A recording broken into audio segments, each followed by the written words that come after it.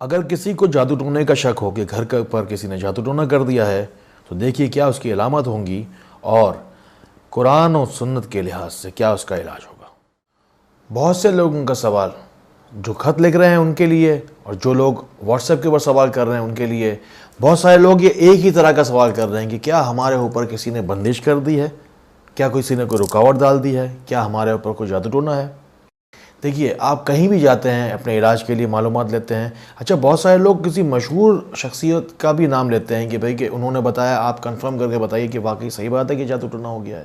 آپ جاتے ہیں جگہ جگہ جا کے معلومات کرتے ہیں، کیوں بہت سارے لوگ ایک ہی جواب دیں گے آپ کو؟ پہلی بات تو یہ ہے کہ ایک ہی جواب کہ بھئی آپ پر جادو ٹونا ہے، اس کی تصدیق کرنا ہے، بندش کرنے کی تصدیق کرنا۔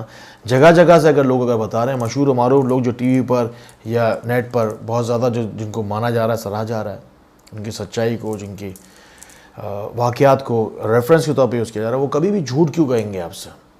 دوسری بات یہ ہے کہ اتنی بڑی بیماری ہے جادو ٹونا یا بندش کسی نے کروا دی یا کسی نے کوئی بد عمل کروا دیا ہے، اتنی بڑی روحانی بیماری کی کوئی نہ کوئی واضح طور پہ علامات ضرور ہوں گی۔ دیکھیے آج آپ کو بتاتے ہیں انشاءاللہ کہ کیا علامات ہوں گی جن کو آپ دیکھیں گے اور خود اپنا علاج کرنے کے لیے آپ خود کیسے پہچانیں گے اپنے آپ کو کہ بھئی مجھے بیماری ہے بھی یا نہیں ہے۔ سب سے پہلی علامت، جادو ٹونا اگر کسی کے اوپر ہو رہا ہے یا کوئی بد اثرات اگر اثر کرنا شروع کر رہے ہیں تو سب سے پہلی جو علامت ہے وہ خواب کے اندر آپ کے جو خواب ہیں وہ بے ربط ہوں گے، پریشانی والے ہوں گے، آپ چونک کر اٹھنا شروع ہو جائیں گے۔ سانپ، چھپکلی اور ناپاک جانور یا کسی حرام جانور کو خواب میں آپ دیکھیں گے، جو اس بات کی علامت ہوگی کہ آپ کے اوپر کوئی بد اثر آ رہا ہے۔ اچانک سے ایسا خواب نظر آنا کہ اپنے آپ کو اونچائی سے گرتا ہوا محسوس کر رہے ہیں، راستہ بھٹکا ہوا محسوس کر رہے ہیں کہ راستہ بھٹکے ہوا، پوری رات بھر آپ خواب میں دیکھ رہے ہیں کہ آپ راستہ بھٹک رہے ہیں، آپ جا کے لوگوں سے مدد مانگ رہے ہیں، اور بغیر چپل کے خود کو دیکھنا، بغیر لباس کے خود کو دیکھنا، بری حالت کے اندر خود کو دیکھنا، یا کسی ایسے فعل کے اندر جو کہ آپ خواب کسی کو بھی نہ سنا پائیں، ایسے کسی برے فعل کے اندر اپنے آپ کو دیکھنا کسی بد اثر کی علامت ہو سکتی ہے۔ دسترخوان میں رکھے ہوئے نئے کپڑوں کے اندر سوراخ ہو جانا یا اس میں کٹ لگ جانا، جو ایسا لگتا ہے کہ باقاعدہ کسی نے چھری سے جو ہے کپڑے آپ کے پھاڑ دیے ہیں، یہ ایک بہت واضح علامت ہے۔ اس کو کبھی بھی اگنور نہیں کریں، یا اگر کبھی بھی ہو تو سمجھ جائیں کہ کوئی غلطی ہو رہی ہے، کہیں آپ سے کوئی غلطی ہو رہی ہے یا کوئی آپ کے ساتھ غلط کر رہا ہے۔ ایک اور علامت، اچانک سے چیزوں کا غائب ہو جانا اور اچانک سے اس چیزوں کا وہیں سے ملنا جہاں آپ بار بار تلاش کر چکے تھے۔ گھر میں ہر طرح کی نعمت کے موجود ہونے کے باوجود گھر میں لڑائی جھگڑا رہنا، اور لڑائی جھگڑا بے تحاشا سارے گھر والے لڑ رہے ہیں اور جھگڑا فساد چل رہا ہے گھر کے اندر، لیکن جس وقت یہ بد اثر بڑھتا ہے تو لڑائی جھگڑا ہو رہا ہے۔ اس کی سب سے بڑی علامت یہ ہے کہ جب لڑائی جھگڑا، جب بد اثرات کم ہوتے ہیں تو آپ خود یہ سوچتے ہوئے مجبور ہو جاتے ہیں کہ یار بھائی وجہ کیا تھی، کیوں لڑ رہے تھے ہم، کیا وجہ تھی؟ کسی ایک شخص کو بھی یہ پتہ نہیں چلے گا کہ کیوں لڑ رہے تھے، کیا وجہ تھی، کیوں اتنا زیادہ فساد ہوا، اس کی کوئی وجہ بھی نہیں تھی۔ بغیر کسی وجہ کے گھر میں لڑائی جھگڑے کا ہونا یہ بہت بڑی ایک علامت ہے۔ گھر میں روشنی کے باوجود ایسا محسوس ہونا کہ گھر میں بے شمار اندھیرا ہو رہا ہے، اور گھر میں بیٹھے بیٹھے اچانک سے کسی بھی ایک شخص کو گھر میں بہت تیز قسم کی بدبو کا محسوس ہونا، یہ بہت زیادہ واضح طور پر بہت سارے علامات ہوتی ہیں، لیکن یہ علامت جو میں نے بتایا آپ کو، گھر میں اندھیرا ہونا اور بدبو کا محسوس ہونا، یہ بہت زیادہ اہم ہے۔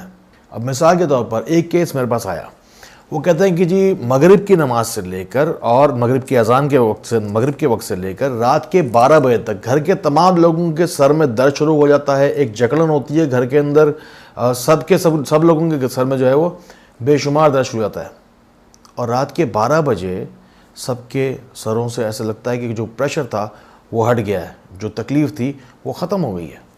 اگر ایسی عجیب و غریب علامات ہیں تو یاد رکھیے، اپنا گھر کا حساب کتاب نکلوائیے اور گھر کے اندر جو کوئی بھی نحوست ہے اس کو دور کیجیے، کیونکہ اگر آپ خود کی فکر اگر نہیں کریں گے تو کوئی بھی نہیں کرے گا۔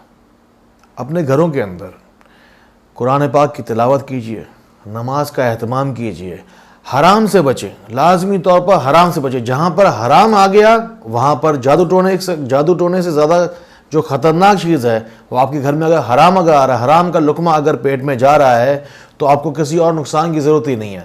اور دوسری بات، شراب پینے والے، زنا کرنے والے، سود خور کے اوپر جادو ٹونا ویسے بھی بہت زیادہ تیزی سے اثر کرتا ہے۔ اس کی مثال ایسی ہے کہ دودھ کا ایک ڈرم رکھا ہوا ہے اور کیچڑ کا ایک ڈرم رکھا ہوا ہے. یہ مثال سمجھ لیجئے, یہ کافی ہے آپ کے لیے, بہت بڑی مثال ہے, سمجھنے والوں کے لیے بہت بڑی نشانی ہے یہ. اگر دودھ میں سے ایک جگ بھر کر اگر آپ ڈال دیں کیچڑ کے ڈرم میں تو کیا ہوگا؟ کیچڑ کا کچھ بھی نہیں بگڑے گا. لیکن اگر کیچڑ کا ایک جگ بھر کے آپ نے دودھ کے ڈرم میں ڈال دیا, یا آدھا جگ بھر کے ڈال دیا, 1 کپ ڈال دیا, آدھا کپ ڈال دیا, یا 1 چمچ ڈالیں یا آدھا چمچ, کیچڑ کا ذرا سا بھی حصہ اگر دودھ کے ڈرم میں چلا گیا تو سارا کا سارا دودھ جو ہے وہ کیچڑ میں تبدیل ہو جائے گا. اس لیے احتیاط کیجئے. جادو ٹونا یا کوئی بھی روحانی بیماری ایک وائرس کی طرح ہے, ایک جراثیم کی طرح, ایک بیکٹیریا کی طرح ہے. جیسے ایک ڈینگی کا وائرس ہوتا ہے, اتنی سی جراثیم ہوتی ہے اور انسان کو جو ہے وہ بستر پہ ڈال دیتی ہے. بخار بھی ایک وائرس ہی ہوتا ہے جو کہ گردن توڑ بھی ہو سکتا ہے, جان لیوا بھی ہو سکتا ہے, کچھ بھی ہو سکتا ہے. برائے مہربانی گھر کے اندر حرام کو نہ آنے دیجئے تاکہ یہ جو بیرونی جتنے بداثرات ہیں یہ آپ کے اوپر اثر نہ کر پائیں. آپ کو ہی احتیاط کرنی ہے, اپنے گھر کو آپ کو بچانا ہے. گھر کے اندر روزانہ صبح میں فجر میں سورہ یاسین پڑھیں. گھر کے اندر برکت کے لیے سورہ واقعہ ضرور پڑھیں. رات میں کسی پہر مغرب کے بعد یا عشاء کے بعد سورہ واقعہ ضرور پڑھیں. یہ رزق میں برکت کا بہترین نسخہ ہے. دوسری بات, سورہ قریش ضرور پڑھیں 41 بار روزانہ, مغرب کی نماز کے بعد یا عشاء کی نماز کے بعد روزانہ پڑھیں 41 بار سورہ قریش. پڑھ کر دیکھیے گھر میں بے شمار رحمتیں, برکتیں, اور گھر میں محبت پیدا ہوگی, آسودگی پیدا ہوگی. میاں بیوی کے لڑائی جھگڑے جو وداؤٹ ہیونگ اینی ریزن, بغیر کسی وجہ کے لڑ رہے ہیں, بد اثرات ختم ہوں گے گھر سے, تو سب کچھ ٹھیک ہو جائے گا انشاءاللہ تعالی. کہتے ہیں کہ مومن کی عمل سے بہتر اس کی نیت ہے. آپ نیت کیجئے, میرے بتائے ہوئے کسی بھی مشورے سے آپ کو فائدہ ہوتا ہے.